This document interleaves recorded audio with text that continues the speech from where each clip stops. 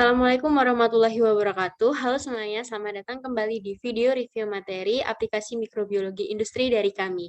Pada kesempatan kali ini, materi yang akan kami sampaikan yaitu mengenai pengecatan jasa training. Jadi, langsung saja ke materinya.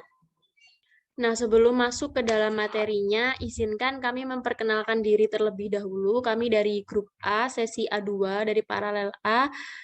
Saya Ririn Eka Mawarni, NPM 19017 bersama partner saya.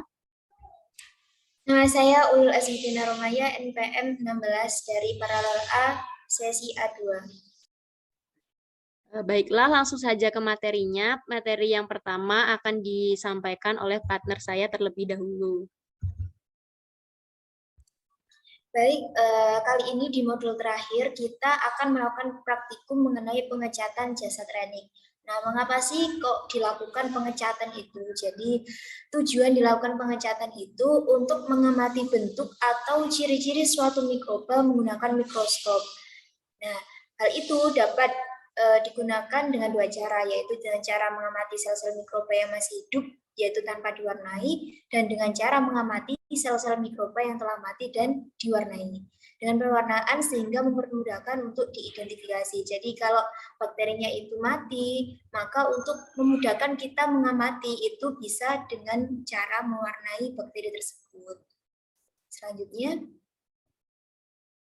nah kemudian di sini ada tujuan pengecatan dari jasa training. Tujuannya sendiri yaitu agar mudah dilihat dengan jelas bentuk, ukuran, susunan dan juga struktur internal suatu sel bakteri atau mikroorganisme sehingga mudah untuk pengidentifikasian.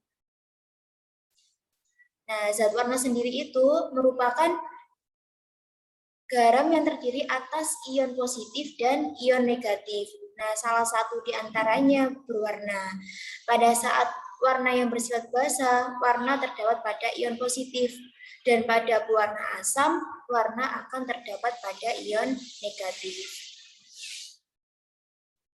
Kemudian selanjutnya yaitu prinsip pewarnaan jasa training. Jadi jika bakteri yang kita warnai itu atau bakteri yang diwarnai itu bermuatan negatif dalam asam nukleat, bakteri akan bereaksi dengan ion positif zat pewarna asam. Zat pewarna basa.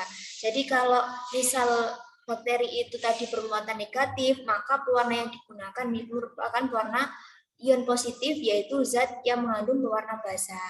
Sebaliknya, jika diberikan zat warna asam, maka ditolak oleh muatan negatif bakteri menyeluruh. Selanjutnya, di sini ada beberapa teknik pengecatan jasa training. Yang pertama yaitu ada pengecatan sederhana, yang kedua ada pengecatan negatif, yang ketiga ada pengecatan diferensial atau gram dan tahan asam, dan yang keempat pengecatan khusus untuk spora, kapsul, dan flagel. Nah, ini nanti masing-masing akan dijelaskan. Selanjutnya, untuk yang pertama yaitu pengecatan sederhana. Jadi, pengecatan sederhana merupakan pewarna yang menggunakan pewarna tunggal. Jadi, hanya menggunakan satu pewarna saja. Nah, pewarna tunggal yang biasanya digunakan dalam pewarnaan sederhana adalah methylene blue, basic fuchsin, dan kristal violet. Kemudian untuk teknik yang selanjutnya akan dijelaskan oleh partner saya. Silakan. Baik, saya akan melanjutkan pemaparan atau penjelasan materi dari partner saya. Jadi untuk pengecatan yang dijelaskan di sini yaitu pengecatan yang kita lakukan pada percobaan atau pada praktikum. Jadi pada percobaan yang kita lakukan ada pengecatan sederhana yang pertama tadi yang sudah dijelaskan oleh partner saya, dan yang kedua itu ada pengecatan gram. Jadi pengecatan gram atau metode dengan gram ini merupakan suatu metode empiris untuk membedakan spesies bakteri itu menjadi dua kelompok besar, yakni gram positif dan gram negatif. Itu berdasarkan sifat kimia dan fisik dari dinding sel merekanya atau dari bakterinya itu. Nah, cat atau warna yang biasa digunakan dalam pengecatan gram ini biasanya dibagi menjadi 4 reagen, yaitu ada Hoocher Crystal Violet Solution, jadi ini merupakan initial stain atau pewarna utamanya, ada Lugol's Iodine Solution sebagai mordant, ada alcohol solution yang fungsinya sebagai decolorizer atau untuk melunturkan warnanya, dan yang terakhir itu reagen saffarin atau carbol fusin itu sebagai warna penutup atau counter stain-nya. Nah, berbicara mengenai bakteri gram positif dan gram negatif itu apa sih bakteri itu? Nah, di sini bakteri gram positif itu ketika dilakukan pewarnaan gram, dia akan mempertahankan zat warna metil ungu gelap setelah dicuci dengan alkohol. Nah, bakteri gram positif itu memiliki selapis dinding sel yang berupa peptidoglikan yang sangat tebal. Nah, setelah pewarnaan dengan kristal violet, itu pori-pori dinding selnya itu menyempit akibat dekolorisasi oleh alkoholnya, sehingga dinding selnya itu akan tetap menahan warna biru.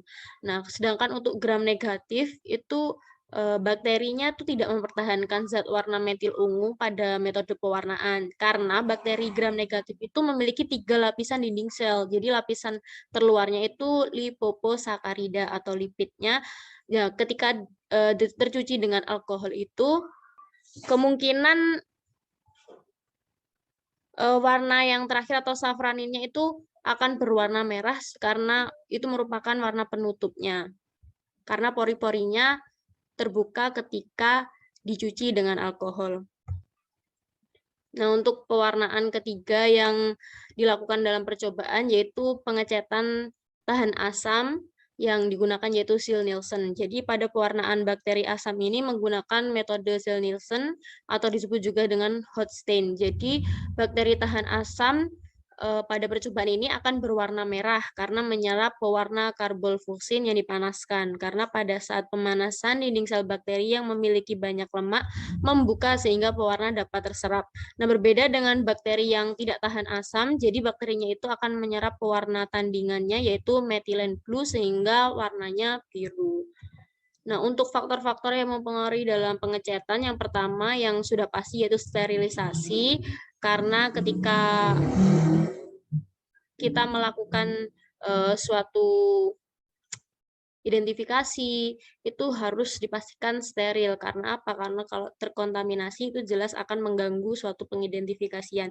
Yang kedua ada proses fiksasi. Jadi fiksasi ini merupakan proses yang dilakukan sebelum bakteri itu diwarnai. Di mana tujuan dari fiksasi ini kan dapat membuat bakteri itu cepat mati dan tidak menyebabkan perubahan bentuk dan strukturnya.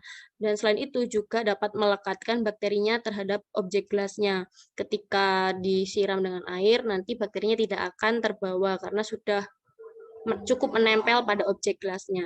Dan yang ketiga itu ada substrat, jadi tiap bakteri itu memiliki sifat-sifat sendiri, jadi kita harus mengetahui sifatnya, apakah bakteri itu akan bereaksi ketika ditambah suatu konstituen atau pewarnanya. Dan yang keempat yaitu maaf itu ada kesalahan ya, artinya intensifikasi. Jadi intensifikasi ini tuh dapat dilakukan untuk meninggikan kadar dari pewarna bakterinya dengan menambah suatu zat atau yang disebut mordan. Dan yang kelima itu faktor decolorizer atau di sini pelunturan warnanya. Jadi pelunturan warna ini juga sangat mempengaruhi dalam pengecatan.